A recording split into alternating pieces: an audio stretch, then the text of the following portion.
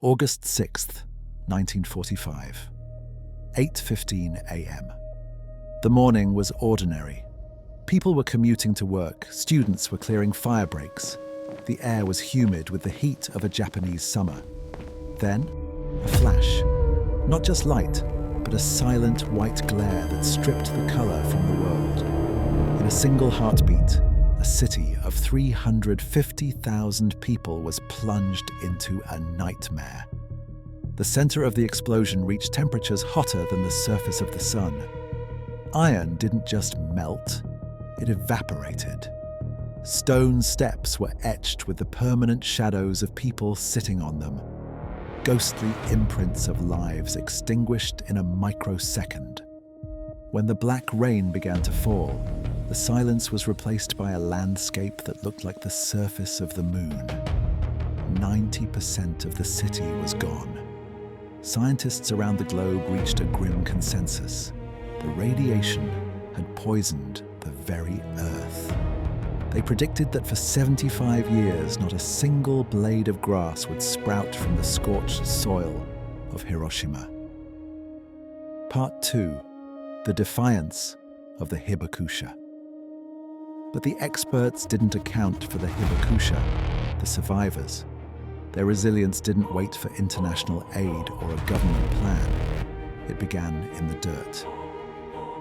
Imagine the scene just 3 days after the blast. The smoke was still rising.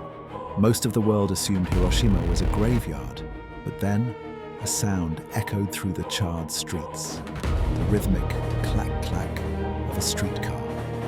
Against all logic, transit workers had repaired a section of the line. As that scorched, battered car rolled through the ruins, survivors stopped and wept.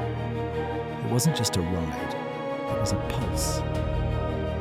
It was a signal that the heart of Hiroshima was still beating. In the months that followed, A-bomb slums appeared. These were not just shacks, they were acts of rebellion. Families used scrap metal and charred timber to build shelters on the exact spots where their homes had once stood.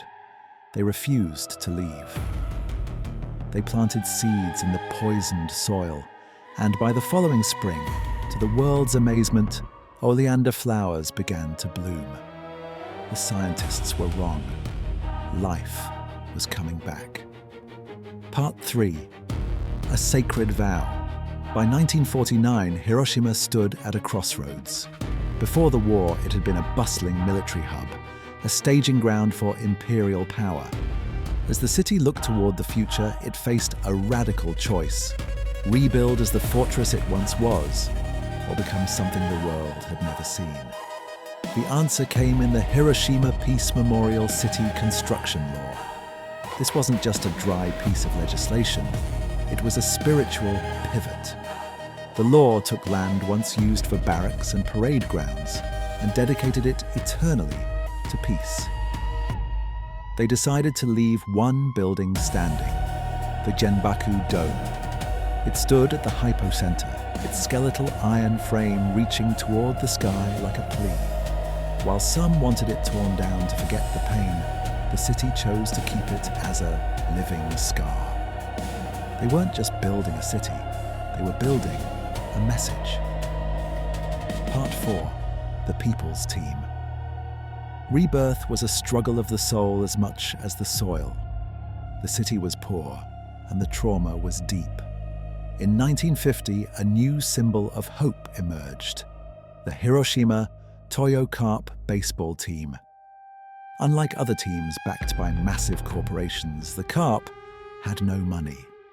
They were on the verge of collapsing, but the people of Hiroshima, laborers, widows, and orphans, wouldn't let them go. They set up money barrels outside the stadium, dropping in their meager yen to keep the team alive. The Carp became the People's Team. When they played, the survivors didn't see a game. They saw their own survival mirrored on the diamond. Part 5. A gift to the world today. If you walk through Hiroshima, you see a thriving metropolis of over 1.1 million people. It is green, vibrant, and bustling. But look closer, and you see the peace trees. trees that survived the blast, now towering and ancient, marked with plaques of honor. Hiroshima has transformed its tragedy into a global mission. It hosts world leaders not to show off its wealth, but to remind them of the cost of war. It has become the world's conscience. The story of Hiroshima is not a story of a bomb. It is a story of choice. In 1945, the city was a victim of the worst darkness humanity could produce. In the decades since, it chose to become a beacon of the best humanity can offer. Hiroshima didn't just rebuild its bridges and skyscrapers, it rebuilt the human spirit. And in doing so, it proved that no matter how deep the shadows, we always have the power to choose the light.